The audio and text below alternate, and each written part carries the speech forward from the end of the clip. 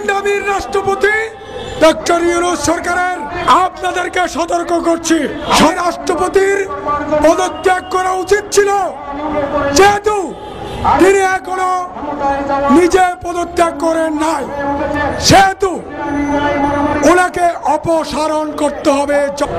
Magistracy ক্ষমতা তো commission প্রাপ্ত যে সকল অফিসাররা আছেন তারা ম্যাজিস্ট্রেটের মতন পাওয়ার নিয়ে চলবে। তো সেনাবাহিনী আসলে এই ম্যাজিস্ট্রেসি পাওয়ার। দর্শক, শেখ হাসিনার পতন হয়েছে। গত 16 বছর বাংলাদেশের মানুষ যে বাকরুদ্ধ অবস্থায় ছিল সেটির অবসান ঘটলেও সে সময় যারা হচ্ছে যে শেখ হাসিনা সবচেয়ে কাছের মানুষ ছিল, শেখ হাসিনার দোষর যারা ছিল, আওয়ামী দোষর যারা ছিল, তারা কিন্তু এখনো পর্যন্ত তাদের সিংহাসনে তারা অধিষ্ঠিত আছেন। তাদেরকে এখনো পর্যন্ত শেখ হাসিনা পতন হওয়ার পরে তাদেরকে ছুড়ে ফেলা হয়নি। তার মধ্যে অন্যতম হচ্ছে রাষ্ট্রপতি শাহাবুদ্দিন চুপ্পু। শাহাবুদ্দিন চুপ্পু এখনো পর্যন্ত কিন্তু তার সিংহাসনে অধিষ্ঠিত আছেন। শেখ হাসিনা তাকে অবৈধভাবে অলমোস্ট রাষ্ট্রপতি বানিয়েছেন তার আমলে। সো শেখ হাসিনার আমলে রাষ্ট্রপতি হওয়া বা শেখ হাসিনার আনুগত্য প্রকাশ করা শাহাবুদ্দিন চুপ্পু এখনো পর্যন্ত কেন রাষ্ট্রপতির পদ থেকে তাকে ছুড়ে ফেলে দেওয়া হয়নি, এটা এখন গণমানুষের প্রশ্ন। কখন রাষ্ট্রপতি চুপ্পু পদত্যাগ করতেছেন এই বিষয়টি জানবো এই ভিডিওটিতে, এবং সেই সাথে জানবো যে সেনাবাহিনীকে 60 দিনের জন্য যে ক্ষমতা দেওয়া হয়েছে সেই বিষয়টি সম্বন্ধেও আজকের ভিডিওটিতে জানবো। তো দর্শক, তাহলে চলুন দেখে নেই পুরো ভিডিওটি। সালামু আলাইকুম, আমি নাইম, দক্ষিণ কোরিয়া থেকে। গতকালকে রাত্র থেকে মানে আজ রাত 12টা থেকে বাংলাদেশের বিভিন্ন জায়গায় আমাদের প্রাণপ্রিয় সেনাবাহিনী তারা রাজপথে নেমেছে, এবং কি উপজেলা থেকে শুরু করে জেলা, বিভাগ, তারপর ইউনিয়নের বিভিন্ন জায়গাতে তারা তাদের দায়িত্ব পালন করবে। তাদেরকে দেওয়া হয়েছে ম্যাজিস্ট্রেসি ক্ষমতা। তো কমিশন প্রাপ্ত যে সকল অফিসাররা আছেন তারা ম্যাজিস্ট্রেটের মতন পাওয়ার নিয়ে চলবে। তো সেনাবাহিনী আসলে এই ম্যাজিস্ট্রেসি পাওয়ারের আওতায় কি কি করতে পারবে আর কি কি করতে পারবে না।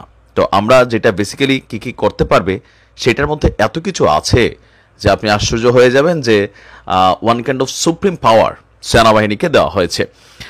সেনাবাহিনীর নির্বাহী ম্যাজিস্ট্রেটের ক্ষমতাপ্রাপ্ত কর্মকর্তারা ফৌজদারি কার্যবিধির 1898 এর 64, 65, 83, 84, 86 আরও বিভিন্ন ধারাগুলোতে অপরাধগুলো বিবেচনায় নিতে পারবেন বলে জানানো হয়েছে। ধারা 64তে কি করতে পারবে? ম্যাজিস্ট্রেটের উপস্থিতিতে অপরাধ সংগঠনকারী যে কোনো ব্যক্তিকে গ্রেপ্তার করার বা গ্রেপ্তারের নির্দেশ দেওয়ার এবং নিজস্ব হেফাজতে নেওয়ার ক্ষমতা রাখে। মানে আপনাকে চাইলে সেনাবাহিনী গ্রেপ্তার করতে পারবে, অথবা নির্দেশ দিতে পারবে, অথবা আটকে রাখতে পারবে। এটা হচ্ছে 64। 65 ধারাতে কি আছে?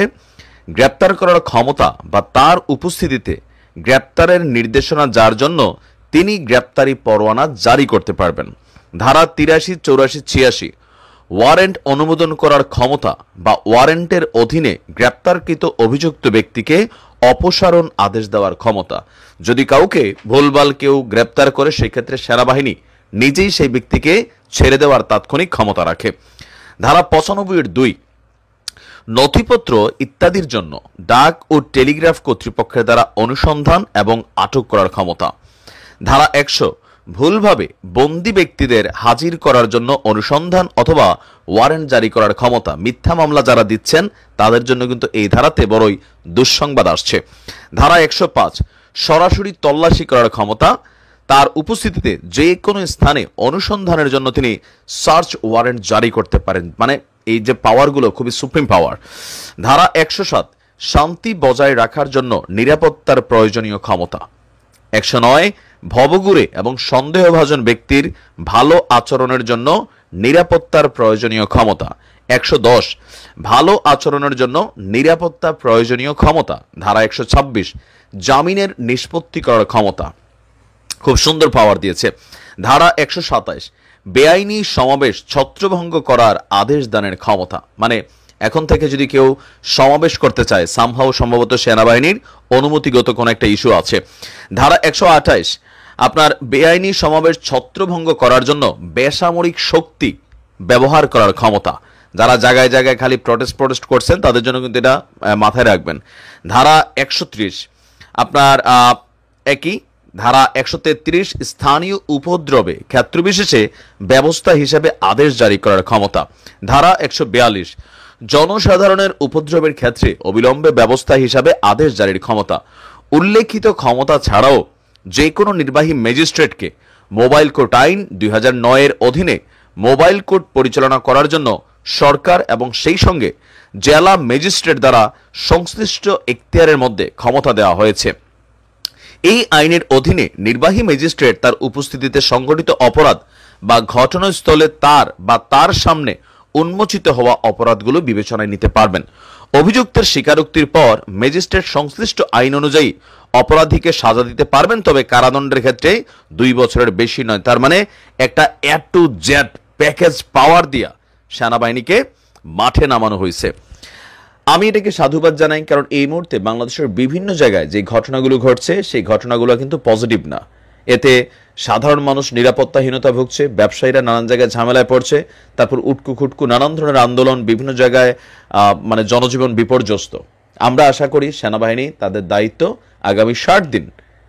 গুন্ডামির রাষ্ট্রপতি ডক্টর ইউনূস সরকারের আপনাদেরকে সতর্ক করছি, সতর্ক থাকেন, টুপ করে ঢুকে যাব। ভারত সরকার বাংলাদেশের জনগণের উপর প্রতিশোধ নেবে। গুন্ডামির রাষ্ট্রপতি, এই রাষ্ট্রপতি যেহেতু দুর্নীতিবাজ রাষ্ট্রপতি, এই রাষ্ট্রপতি যেহেতু খুনি হাসিনার দোসর খুনি রাষ্ট্রপতি, এই রাষ্ট্রপতির কাছ থেকে জনগণ কোনো কিছু ভালো আশা করতে পারে না।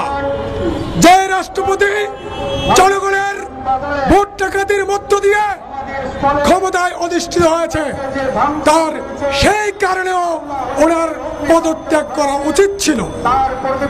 গণ অভ্যুত্থানের পরে তিনি পদত্যাগ করেন নাই।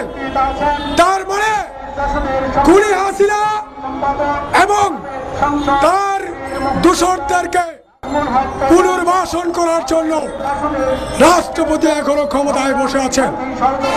আমাদের উপদেষ্টাদেরকে বলি, ডক্টর ইউনূস সরকারের উপদেষ্টাদেরকে বলি, এই লেসপেন্সার, এই খুনি রাষ্ট্রপতিকে তার শপথে রেখে আপনারা কিভাবে রাষ্ট্র চালাবেন?